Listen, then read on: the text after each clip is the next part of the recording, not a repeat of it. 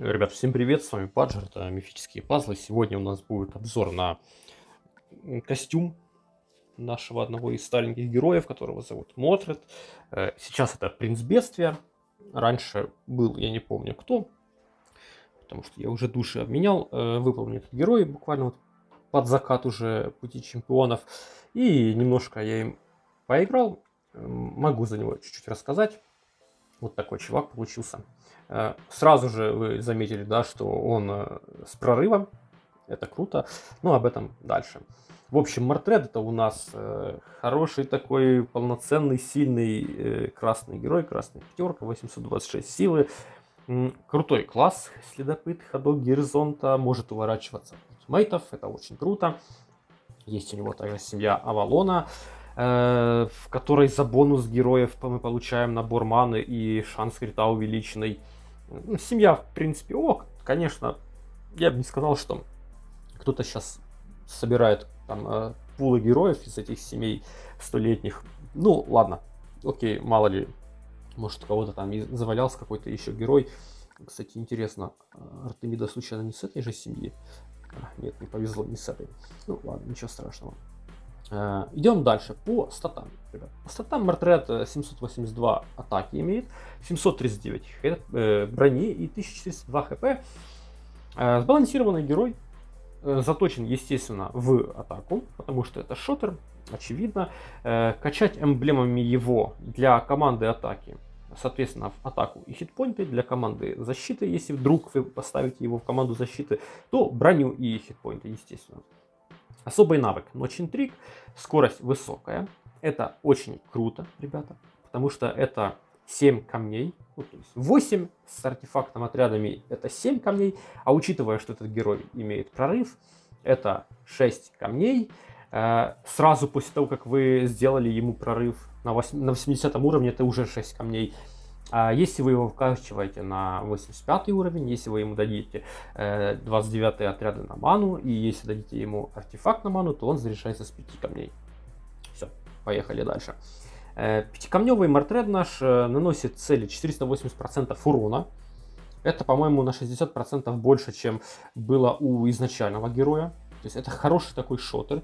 Допустим, у меня он с артефактом на плюс 2 к навыку имеет атаку 500%. То есть если ульта 10 уровня, то 500%. Это круто. Убирает усиление у цели. Это очень хороший такой плюсик для этого героя. Конечно же, в идеале было бы, если бы он сначала убирал усиление, потом наносил урон, но это было бы уже слишком жирно. В любом случае, как бы есть такой диспел, хоть и в одного, но он все-таки есть. Не может не радовать. Цель получает минус 60% к атаке на 3 хода. И длительность эффекта восстанавливается, если цель исцелилась. И также нельзя заблокировать этот дебаф. У изначального героя, у Мортреда, было, по-моему, минус 44 или что-то около этого срез атаки. Он также восстанавливался по ходам, если цель хилилась, но, по-моему, ее нельзя было. Ну, точнее, она тогда была не блокируемая, а вполне себе легко снималась. Заклинатель крадет сгенерированную ману у целей, находящихся рядом врагов в течение 4 ходов, начиная с малого и увеличивая с каждым ходом, пока вся сгенерированная мана не будет украдена. Много слов, но по факту это просто механика с манки Кинга, героя месяца 5-летней давности, ну, царь обезьян, поняли, да, желтая пятерка. У кого есть царь обезьян, я думаю, они прекрасно понимают, как это работает. Если вы не имеете этого героя и не прекрасно понимаете, как он работает, то я объясню, как это работает. Когда на врагов накладывается вот этот вампиризм, да, назовем это так, то 4 хода нам есть смысл прокидываться во вражеских бойцов. Только прокидываться очень аккуратно. Врага центрального, на которого был ультимейт повешен, и на его плечи, естественно. Первый ход мы будем воровать примерно 25% маны от той, которую получит вражеский герой или вражеские герои. На второй ход мы уже своруем где-то половину маны, 50%. На третий ход мы воруем 75% всей маны, которую получают вот эти 3 вражеских героя. И по сути это уже почти враги ничего себе не получают. И 4-й ход мы абсолютно спокойно можем прокидываться хоть и комбо x100, потому что на 4-й ход там уже идет воровство 100% маны. Это, знаете, не то чтобы там полноценный какой-то блокиратор, далеко нет, но это хороший такой контроль. Контроль и, что очень важно, это воровство. Потому что, как показывает практика, если грамотно прокидываться, то есть первые 2 хода там аккуратненько где-то, а 3-й ход уже там можно взрывать поле, а 4-й ход это уже 100% надо максимум вкидывать, то, как показывает практика, еще раз, Мортред или Мартред заряжается 2-й раз примерно уже где-то на 3-м ходу, на 4-м 100%. Он заряжается еще раз. Что важно учитывать, если мы на цель, которая уже сидит с нашим вампиризмом, накидываем еще раз ультимейт с нашим вампиризмом, то сами ходы вампиризма, они обновляются. То есть, если у вас вражеские герои уже на 4-м ходу воровства, и вы с них будете воровать 100% маны, то не ультите, а подождите, пока с них спадет вампиризм, и потом только используйте его еще раз. Потому что если вы там условно на 4-м ходу используете вампиризм еще раз, то он скинется на 1-й ход. И, соответственно, вы будете воровать только 25% маны. Ну, это примерно, да? Какие еще особенности есть у этой штуки? Особенность есть такая, что если вражеский герой нас убивает, в то время, когда на нем висит вампиризм, то есть если Мортред сдох, то и, соответственно, вампиризм на следующий ход сам снимается, даже если у него там еще ходы, по идее, должны были быть. То есть при смерти героя вампиризм снимается. Ну и, в принципе, наверное, там интересует всех, как это будет работать против Данте. Работать будет неплохо. То есть Мортред сначала будет бить, потом убирать щит, потом навешивать минус по атаке. Это очень важно. И этот минус по атаке, он, скорее всего, с плечей Данте перекинется на нас. И потом мы можем пробовать уже блокировать вражеских героев троих. Но при всем при этом никто не отменял того, что всякие обеты преданности, клирики, Миртайн, они прекрасно блокируют вот эти все дебафы. И может так выйти, что мы и атаку можем не срезать вражеским бойцам, и, собственно, не сможем срезать, навесить саму эту генерацию, само воровство. На практике это работает следующим образом. То есть мы ультим в Данте, на него мы навешиваем срез брони, и там в 100% случаев на нас с его плечей перекидывается этот вампиризм. То есть работает это именно вот так. Нам по-хорошему нужно или ультить раньше, чем Данте, а это возможно, потому что герой 5-камневый, 6-камневый, или же иметь в своем арсенале в команде полноценного такого какого-то диспела, который сначала снимет щиты, а потом мы уже в троих героев запускаем полноценное воровство маны, и это будет полноценное его использование. Герой такой полублокиратор, да, контроль маны — это очень крутая тема. Теперь давайте, наверное, пойдем в какой-то рейд, посмотрим, как это вообще работает, там хотя бы ультимейт посмотрим, ну и будем подбивать итоги. Вот, ребят, нашел какую-то рандомную команду с Данте. Пойдет. Я думаю, что сейчас мы чисто посмотреть, как это работает. Так, чуть-чуть потише. Значит, что нам надо? Нам надо 3 камня собрать. И как-то собрать еще, возможно, вот здесь еще 3. Нет, не получилось. Хорошо, давайте тогда. Уже понимаю, что Данте раньше нас точно зарядится. Вот Данте сейчас заряжается, по идее. А, нет, не заряжается. Ну, тогда окей. Тогда мы, наверное, знаете, что сделаем? Мы, наверное, сделаем вот так. Пускай он ультит. Вот видите, сработали щитки, вот эти все обеты преданности. Энгус не получил этот вампиризм. Ну, ладно, давайте будем просто прокидываться тогда в Канну и в Данте. Данте, понятно, он уже и так зарядился, будет ультить. Мы сейчас заодно посмотрим, как будет работать ультимейт Мортреда против Данте, который уже ультанул.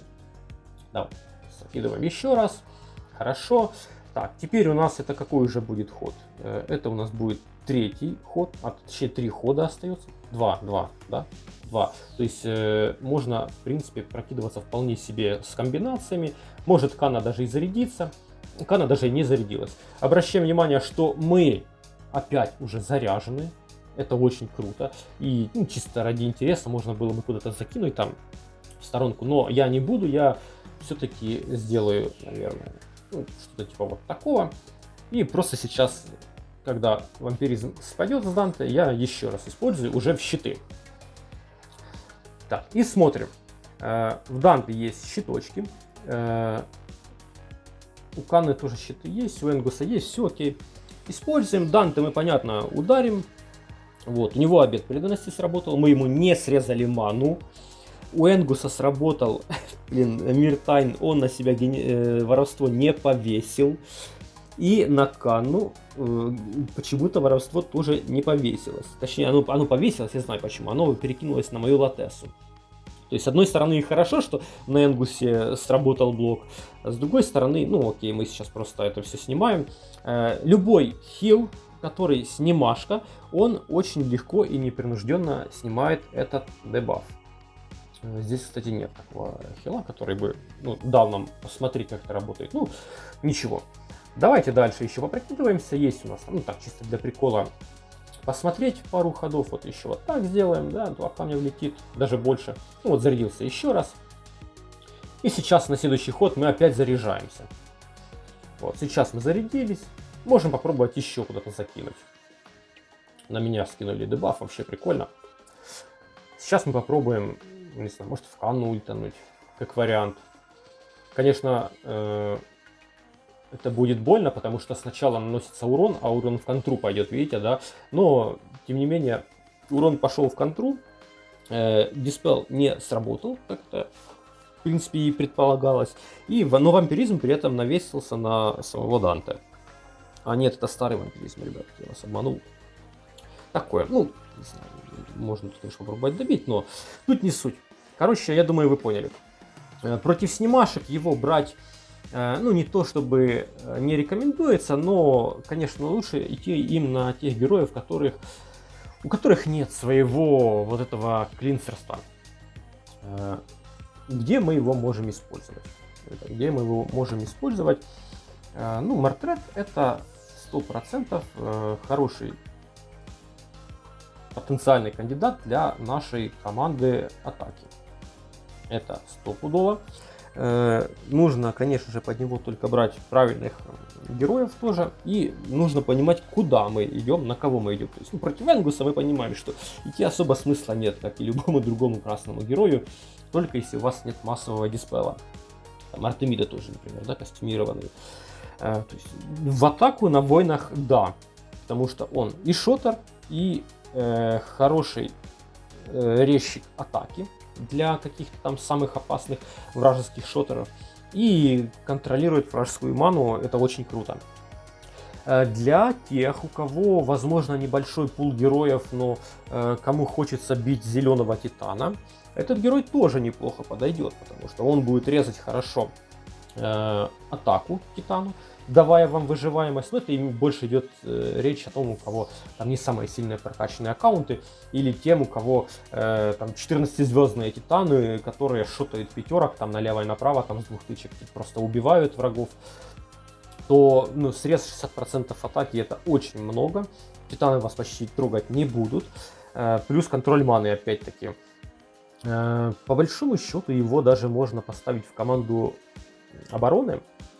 Если у вас совсем бедово, потому что все-таки этот срез атаки неснимаемый и этот хороший такой вампиризм, он имеет место быть. Это крутой скилл его. Поэтому в атаку, такой бомж-вариант, конечно, можно поставить. Хотя есть герои однозначно лучше. И турниры, ивенты, это все по желанию. Основное, конечно, это команды атаки на войнах. То есть в правильных героев ходить и понимать, что мы ждем от нашей ульты, как она будет работать. Не забывать, что Нужно прокидываться аккуратно, чтобы правильно себя зарядить и не дать зарядиться раньше времени врагам. То есть это нужно поиграть им, попробовать, почувствовать, как нужно двигать камни, когда вампиризм на врагах. И нужно понимать, что вампиризм скидывает свои ходы, если мы повторно ультим, поэтому нужно использовать рационально ульту. Но с другой стороны, это герой, который заряжается один раз, и, скорее всего, потом он будет заряжаться бесконечно уже. Ну, если правильно все будет, если хорошо будет идти поле. Вот. Ну, по оценке, ребят, наверное, знаете, я ему 7 поставлю.